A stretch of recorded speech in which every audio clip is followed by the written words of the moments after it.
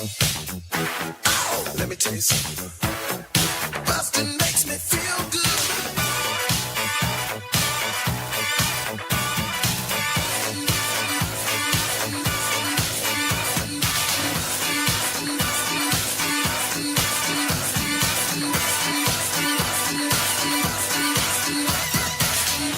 Hi, everybody. Welcome to Blockbusting, the podcast where we love to hate the movies. I'm your host, Jay Light. Joining me today, Remy Kassimir. Woo! Hey, We're Remy. gonna get dark on Green Book. Yes, Green Book. Wow, what a pick. I knew that there was going to be a day that someone was going to pick this movie and talk about it. Well, it's interesting because when you were like telling me a movie that you hate, like everything I listed you've already covered. Mm-hmm. So we had to do something new, something revolutionary, something that just won an Oscar. Not just an Oscar. It won Best Picture. Yeah. It won Best Screenplay. Yeah. I don't know what happened to this movie to make it so successful. The Academy was rigged. Probably. I guess. I don't know. Here's the thing. So I hadn't seen Green Book until, like, I arrived in LA like 10 days ago. I think you reached out like the day I got here and you were like, oh, like, let's do one while you're here or whatever. Hadn't seen it at that point. All I had known about it was that it won, and when it won, a bunch of white guys went on stage to accept the Oscar. Mm-hmm. And I was like, that doesn't have great connotations. Like, right, yeah. You know, just from the get. And then I get here and I'm staying with my friend Tim, and his family's from like Maryland and stuff, and they love the movie and they highly recommended it. So he bought it, and like it had already been on a few times. Like he had tried to watch it a few times, then gotten too high and like fell asleep or something. Okay. And so I saw it like 3 separate times, like in little fractions, and I was like, oh my god, I hate this movie. And I was like, oh, that's the one.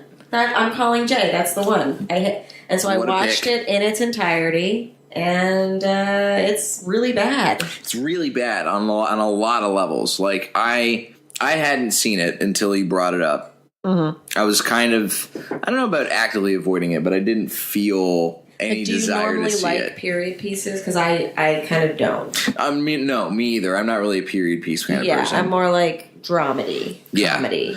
But romance. I mean, that's what this was supposed to be. It's a comedy about race relations. Right. Totally. Absolutely. From the director of Me, Myself, and Irene. Yeah. And There's Something About Mary. Yeah.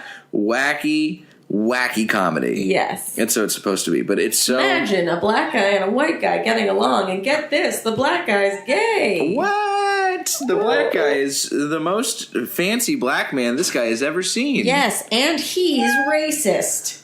Get out of town. And yes, on like a cartoonish level of racism. Yeah. Like the very first thing that you see him doing with any kind of racial involvement in the movie is that scene where he goes, he's at home after a long night at the Copacabana beating people up. And there's the 2 black construction workers or handymen or whatever, and his wife, who's not a racist, right, gives them lemonade.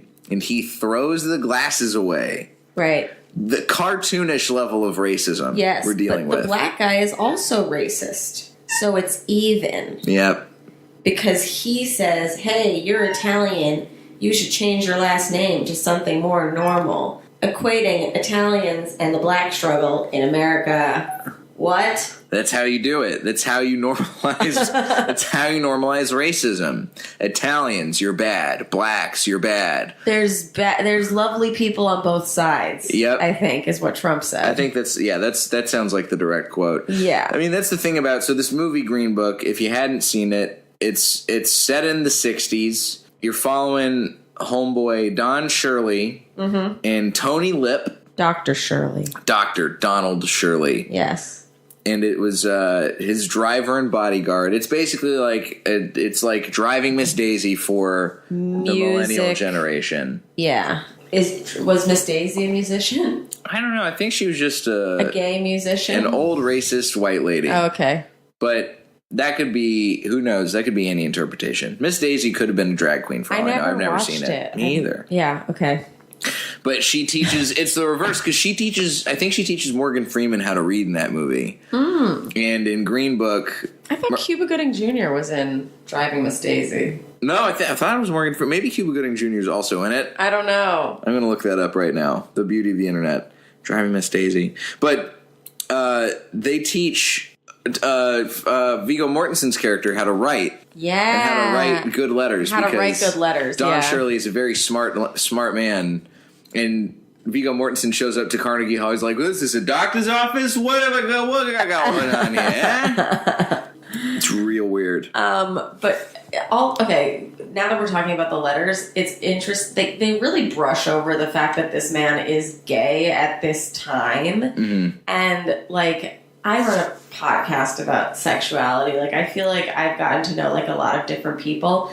There's no, like, when would he have had the time to, like, really experience, like, a gay relationship where he can express that kind of romantic love so well, you know, but he's closeted and it's, like, a time where that's not fucking acceptable. Like, right, yeah. I don't buy it. Like, it's a lot going on in a movie that it feels almost weird to even have that be a plot point that is glossed over so quickly the way it is in this movie. It should get more of a point if you're going to go there at all and you're going to cover it. You can't just have, like, a silent nod, like a smile. There wasn't even a smile. It was just like a, okay, well, now you're gay. Like, he's like, it's just like, oh, it's another thing I got to deal with. Yeah, like, okay, so what's his face? Lip. He's racist, right? He throws out the glasses. But then when he's given the Green Book for the first time, he's like, yeah, we gotta stay in a different hotel. They don't know why. I can't imagine why that would be a thing. What do you mean? Like, you can't be, like, woke and dumb and, like, what? It's so, this guy, the part of the reason that I dislike this movie so much, I'm gonna say I hate this movie. This movie's real bad. Part of it is the writing of the actual movie is atrocious. Yes. The way that the information is revealed is basically like they give him the Green Book and he's like, yeah, what's this? And they're like, it's a green book. You gotta read it.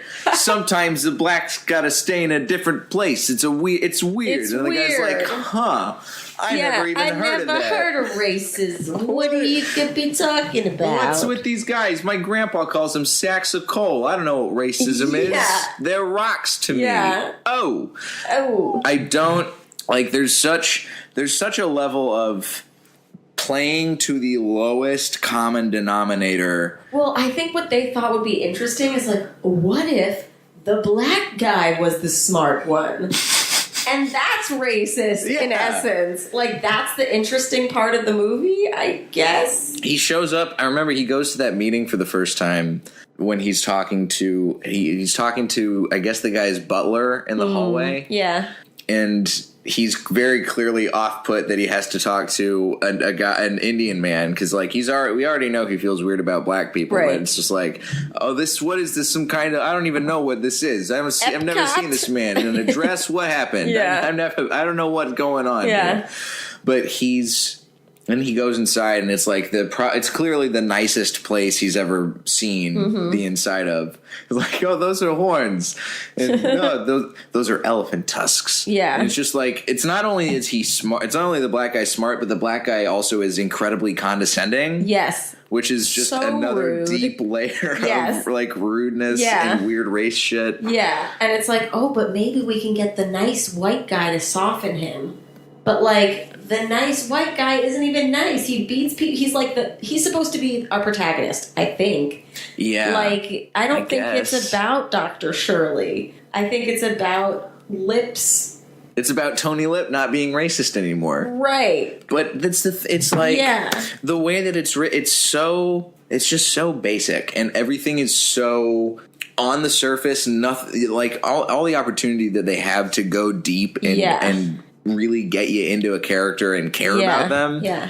You get no opportunity to do that. Totally. Also, like, so I read a think piece about it, and I don't remember who wrote it, but it was someone black who definitely understands the experience more than I do, and they were like, this movie is atrocious because it's making it seem like there only used to be places where it was dangerous for black people to be out at night.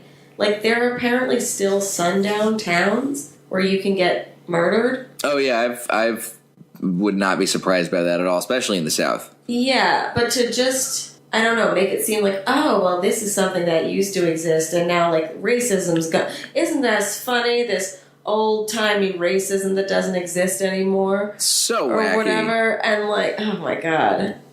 You know, one of the parts that really, and especially talking about Donald Shirley being a smart character, but also he has his own moments of real dumb behavior, too, that don't make any sense. Like, when he goes to the bar and Tony Lip has to go save him from getting beat up. I was just going to say this. It's just like... He just strolls to, like, you're not aware suddenly of, like, you know your about safety. the Green Book. Yeah.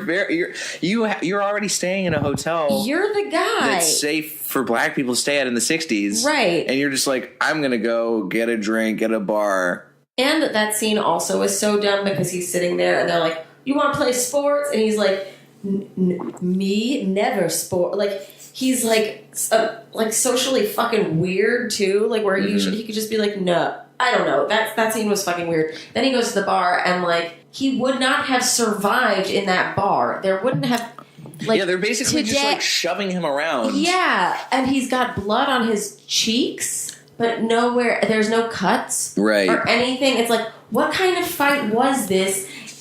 It's just so... It's like in a movie also, like, when Tony gets there, he's like, I'm saving you... You know, and instead of just, like, continuing to beat him up, they do this, like, evil villain moment of, and this is my plan, and this is what's going to happen, and this is you've already done something now that I've been talking. Right. You know, like... Very Bond villain. Yeah. Fucking up his moment. It's just, like, a lot of this movie is really bad. And I'm glad you brought up the whole I'm going to go save him thing, because... Yeah. In reading about this movie after the fact, because I watched it knowing about all the weird race stuff that people had already brought up, because it feels very much like a movie that is designed to explain to white people how not racist they are, right? And just like, exactly. No, look what used to happen. Yeah. We moved on from that. We figured it out. Tony's a different person, and so are you now. Tony, at the very end of the movie... Because you watched this. I remember I was watching it with my girlfriend, and she'd fallen asleep because this movie's boring as hell. Yep. And I woke her up to have the part where it's like the very end, he gets to the Christmas dinner... Oh my God. And the guy who's like, so what was it like hanging out with this? And he says something in Italian that is clearly a racial slur. And he's like, hey, don't call him that. And the guy's like, okay. And I'm like, that's the moment that he changed. That's the end of the movie. You gotta watch. I woke her up just so it's like, look how bad this moment is. So it's like, oh, this is so on the nose. Yeah. But the whole white savior thing is like, as a concept of the movie, is something that for some reason Peter Farrelly said that he was not aware of. Mm-hmm. Like, how can you say that this is like a movie that you're not aware of as a concept, right? Like he was aware of the white savior trope and sought to avoid it. Those are his exact words. That's insane. You can't. It doesn't make sense. How? I don't know, because he's not trying to not avoid it in this movie. That's the whole point of the movie. Yeah. It's not based off a book. I mean, besides the Green Book. Right. But is it based on any literature? It's based on their real life friendship between Dr. Right. Donald Shirley and Tony Lip. Okay, so that's the thing at the end that I was like, well, wait a second. It's real. So are those guys around? Well, I think they might both be dead by now. Okay. But the guy, Tony Lip's son, is one of the writers of the movie. Okay. And it's just like... Well, then that's why it would glorify him more, right? It's supposed to be... Dr. Shirley didn't have any kids. He did. He has relatives. He had family members, and this is something from them. They said that they were not contacted by studio representatives until after the development. it misrepresented Don Shirley's relationship with his family. Don's brother Maurice Shirley said, "My brother never considered Tony to be his friend. He was an employee. The fact that a successful, well-to-do black artist would employ a domestic worker that did not look like him should not be lost in translation." Like, you're going to gloss over it because it's, I guess, more cinematically interesting on some level to be like, look at this white guy and black guy working out their differences, huh? They can do it. Literally, the film is about a dude who needs money and stomachs working with a black guy for 2 months. Yeah, that's it. And that makes him a hero. Like, the options that are presented to him are, you can go work for the mob and murder people, or you can hang out with a black guy for 2 months. And even at that point, he's like, murder? It's not that bad. That doesn't sound that bad. Who am I murdering? Who am I gonna throw into a dumpster? Do I gotta do 2 in 1 day? What's the fucking deal here? One of my favorite parts was he introduces Dr. Shirley to black contemporary music and KFC. Yeah. Oh my God. This white guy is so woke. He is the center of black culture. Like, and he's like, but the doc, these are your people. You gotta try your chicken. And he's like, well, I couldn't possibly. I suppose I'll use my fingers. Oh, yeah, that's a really good. What? This is how whitewashed this movie is. Your voice for Don Shirley is like white debutante girl voice. That's like what's the name of the girl from Scarlett O'Hara from Gone with the Wind? Possibly. Oh, I do declare. That's basically him. Yeah. That's Don Shirley. He's Colonel Sanders now. He's finger licking good. A white lady on a plantation. Oh, I couldn't possibly. I couldn't possibly have a leather grease. Oh, but we'll always have Tara. It's such a. I just can't believe that this movie won all of the awards that it did. I know. I think the Academy, too, they were like, oh, black. There's a black person in it. We're going to turn everything on its head, and we're going to give an award to, black film. This is not a black film. Right. It's not. This is a white film. This is a movie with a black person in it. This is a movie that if it had been told from the perspective of Donald Shirley, and not from the perspective of Tony Lip, it could have been a really great movie. Yes, because it would have actually been. I agree. I feel like it would have been able to tackle race relations in a very different way. Yeah, it's just you can't a white guy writing or 3 white guys writing a movie about race. Even though one of them is an Italian guy. It's comical. Honestly, if you had told me that this movie was a parody, I would have enjoyed it more because I would have just laughed the whole time. Right. Like even, what's the actress? Linda Cardellini? Linda Cardellini, yeah. Cardellini. The picture he looks at her on the road where she's like in her wedding gown. She's like looking like, that is the most insanely photoshopped photo. Like, I audibly laughed when I saw that. I was like, this is a joke. This whole movie's a joke. It's so bad. It's so bad. It's just like, how did it feel for you knowing that you were like, well, this movie, I can't just break it up into chunks anymore. I have to sit through this whole thing. Is it just like, did you feel anything other than just like, this movie is a parody of itself practically? Yeah. Is there anything else that went through your mind while you were watching it? Yeah, I just thought it was dumb and unnecessary, and they could have used, I don't know, all that money for a better movie. It got great reviews. Right. It's surprisingly good reviews. It's not good. The dialogue's not good. The acting's not good. The dialogue is atrocious. Like, I'm going to see if I can pull up some of the dialogue. I'm surprised that there wasn't any, like looking at each other and being like, Tony? Yeah, Dr. Shirley? Thanks. Thanks for showing me the Green Book. Thanks. Also, we didn't talk about this in the bar scene afterwards. Like, he just takes him outside to the car, and he's like white girl wasted. Like Dr. Shirley's like, hey, where did you really have a gun? Like, what? Why are you making this such a relaxed scenario? It's not relaxed. Get him home. You're outside of the bar, next to the car. You know those guys could just come out of the bar. They wouldn't be like, oh, got us. Right. They're not going to... They went outside. That's outside of our jurisdiction. Look, they're dumb, but they're not that dumb. It's not going to... Here we go. The best Green Book movie quotes ranked. This is... these Green Book quotes... This is the byline for it. The Green Book quotes provide some great insight as to how impactful and captivating the movie truly is. This phenomenal racially charged film follows a New York City tough guy. Here we go. This is... He's from Jersey. He's a Jersey guy. How does he smile and shake their hands like that? Because it takes courage to change people's hearts. That's dialogue. But also, it's stupid because... Wait, is that the scene where he makes him shit at home?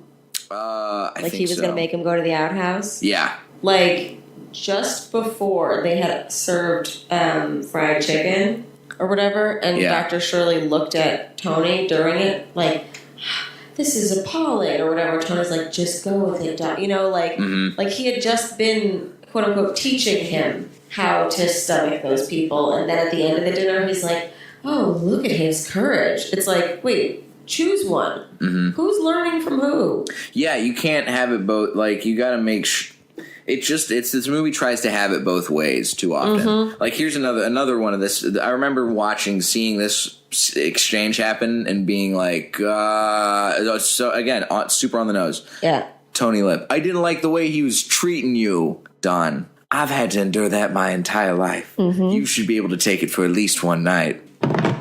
Yep. Oh no. I clutch my pearls. Yep. This is look at the white guy finally understands racism with one line, shot to the heart. Yeah. He's like, oh, well, whatever. I can't. What else? This movie is so I can't I remember and there's a fucking Pretty Woman scene. Oh, I forget. I might have fallen asleep during this part. Scene where he's like, he comes in and he's like, oh, I like that suit. And he's like, oh, I'm sorry, sir. You can't try that on. I think I missed this. Oh, my God. I nodded off a couple times during this movie. Tony and Dr. Shirley are walking by a suit store, and they catch a glimpse of the suit in the window, which is on a white mannequin. And Tony says, it looks like you, Doc. And Doc is like, okay. And he's like, no, the suit. Let's go get the suit.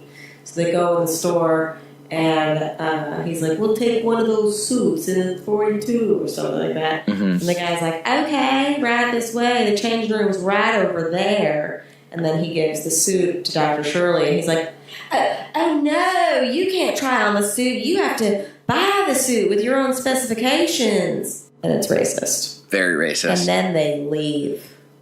That's how you sock racism right in the face. Yeah. You leave a store. Yeah. No. Why do they have the Green Book if they're going to spend the entire movie not going to places that they say to go in the Green Book? Yeah. It's literally just for the title of the movie. Yeah. You're going to avoid Green Book places the entire time because you're both acting like idiots. Yeah. What's the point? The thing is Dr. Shirley wasn't an idiot before he met this Lip. I think Tony Lip made him dumb. He made him dumb. He brought his IQ down. If that's the person that you're spending most of the time with, like, yeah. Well, if you're gonna gonna rub off. If you're gonna act right in, if you're gonna play into the racial stereotype and be like, yo, bet this guy loves fried chicken. I'm gonna get him a KFC bucket. You never heard of Aretha Franklin? He doesn't need to go play in the blues club at the end of the movie. Yeah. He doesn't need to. Yeah. But Tony Lip takes him there. Oh, this is where it's at. Yeah. Like, he's a classical pianist. That's like being like, oh, you do ballet? Here's hip-hop. Let's take you to Booty LA. You're going to love it. Yeah. You don't need to do any of this stuff to make the movie work. I can't imagine if they had it's just like this movie is so frustrating on so many levels. Because it's saying all of these things, but it's watered down, it's dumb, it doesn't have a real, I don't even feel like it has an actual message or a point. Yeah. Well, I think the point is, like, you know how when Harry Met Sally, the point is men and women can't be friends or whatever? Yeah. The point of Green Book is, look, a black and white guy became friends once. You can do it too. You can maybe do it. I wonder how many white guys tried to become friends with their black coworkers after this. But it's not even their car. It's their boss. Like, it just took such it's so dumb. It's his boss. You're his driver. Like, not his savior. It's bad. It's so dumb. But how is he going to... Listen, you know he has to save him during the movie. Donald Shirley says at the very top, hey, it's going to be dangerous out there for me. Yeah. I need you to save me. Right. I need you. He practically says it right out loud. Yeah. I need a white guy to hold me to the end of the night. What was it? Oh, and then the gay scene. They catch them doing gay sex. Mm-hmm. Were you sleeping for this one? I was asleep for this one, too. I read about it. Way. I missed it. Yeah, I missed it. Oh, my God. It's so bad. Tell me. Tell me everything, Remy. So, it's another scene where he's just come across Dr. Shirley going somewhere he's not supposed to go, which is a YMCA with a white guy, and he is held up by the cops. They're naked together in the shower, like on the floor, like clutching their knees, and Tony walks in. He's like, "What happened?" While they're sitting, like, "What do you mean? What happened?" Because this is another moment of like, you're either down with gay people or you're not. Mm-hmm. You can't be ignorant and be like, "What is this?" Yeah, you can't not understand what gay people are. That's the problem with the whole movie is they don't make any choices for Tony. Like, you're not a real person if you don't have any opinions. He didn't have any real opinions. Yeah, he's just a blank slate. Yeah. So he comes in and he's, "Oh, okay, well, let him go." And he bribes the cops with money. He's like, "I'll buy you guys a suit." Because I saw a suit today, so that's the first thing on my mind. And you guys both get a nice suit, and you take your wife out for dinner, and everything will be okay. Okay, then they let him go. So many problems. First of all, you think he wouldn't be dead already when he arrived on the scene? In what world in the South, during this time period, two gay men, a black and a white together? Mm-hmm. Are you fucking kidding? That the cops would find and not immediately murder both of them or do some kind of fucking they're going to give the white guy the gun and ritual. Make him murder the black guy. Exactly. There's no time to call. We should call this guy's driver. He might shed some light on the situation. Look, I don't know what I just saw. I haven't seen a lot of men fucking before in my life. I've never seen two men nude in a and much after hours. Much less a white man and a black man taking a shower together. I don't know what kind of exercising y'all be doing, but I'm gonna get to the bottom of this. I'm gonna get to the bottom of this. I'm gonna call who. The bottom of this is Dr. Don Shirley. Okay. Of course. Please call my driver. How? Yeah, there's no way that anybody would listen. He didn't even get a call from jail. No. Remember when they went to jail and they fucking punched a cop and survived? Yeah. In the South? What world? No. It doesn't make it. This movie makes no sense. Have you not seen the news in the past few years recently in America? Like, people got murdered for selling Lucy cigarettes. Yeah. Let alone fucking a white guy in a YMCA in a public place, which is illegal. Yeah. Also punching a cop. What? No. This movie makes no sense. No. None of the things that happen in this movie. It's almost like a level of disconnect with reality that makes it almost feel like it's supposed to be magical realism in a way. Because it's like, well, these guys sure do learn a lot about each other from all the foibles they get into. Yeah. It's like one scene of somebody crawling out of a rhino's ass away from being a classic slapstick comedy. Yeah. Yeah. Like, if this movie had been made in the 90s, it would have been made somewhere in the Dumb and Dumber universe. Totally. You're going to have, I guess, probably Jim Carrey and somebody who's Jim Carrey and Eddie Murphy are going to be these guys, and they're going to get into all sorts of wacky adventures. Yes. But for whatever reason, Peter Farrelly decides he wants to be a smart director, and Tony Lip's son is like, I'm going to tell the story about my dad and a black guy. My dad hung out with a black guy. It was crazy. Whoa! I couldn't even fucking believe. He came to our house. I had never seen a black man before. I never saw one again after that. Yeah. We threw away the door after that. He touched the front knob. Can't have that. This movie's bad. He This touched movie's my wife. Had to get a new one. This movie is so it's so comically bad, and I wish that here's what I hope. I hope that, because I know my mom listens to this podcast. Yeah. And I hope, Mom, if you're listening, Denise Light, pass this episode along to the people who were at my dad's birthday party who said that Green Book was their favorite movie. And I will have an email argument with them forever about how bad this movie is. I hope we articulated it in a way that's stomachable to them. I mean, I think you should start the episode. Hi, I'm Remy Kassimir, and I'm white. And I'm Jay Light, and I'm also white. And I'm also... we cannot emphasize enough how white we are. And here are our opinions on Green Book. And tell you what, if you can't trust the opinion of Green Book from two young white people... Who can you trust? Right? That's all we got. Remy, thanks for coming on today. Thank you so much for having me. This was so much fun. Happy to have you. You've got, of course, everybody should listen to your podcast, How Come? Please listen to my podcast, How Come. It's based on the fact that I had never had an orgasm, go through my journey, and now I've come, so now we just try to figure out other ways people think that they might be a sexual weirdo. Yeah. And dispel those things. I had another podcast called We Really Love Island. It's where I watch the British dating show phenomenon, reality show, Love Island. Yep. Great show. And then we recap it and teach you some British slang, because every episode has like 10 words that I've never heard. If you want to come see me live, go to RemyKassimir.com for all my show dates. We have our first How Come Live on April 25th in New York at Stand Up New York. And that's the tea. Check that out. Yeah, check it out. And where can they follow you if you want to get like Follow Instagram me, or Twitter and all that? Instagram, Remy Kassimir, Twitter, Facebook, the same. How Come Podcast is also on those platforms, and so is We Really Love Island. Sweet. Yay! You can follow me at Diet J on Twitter and Instagram, jlightcomedy.com for show dates. I will be in Los Angeles for a good chunk of time. I've got some road dates coming up for a roast battle as well. Nice. That will take me to, I think by the time this episode's out, you'll be able to see some stuff for some Denver dates, Austin for Moon Tower Comedy Festival.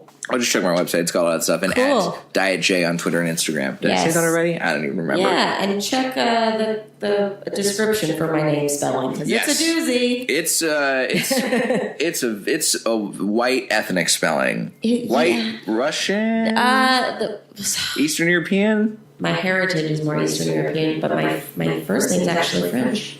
Oh yeah, Remy. And that we're is not a French French. name. Yeah. That's a very French ass name. Yeah.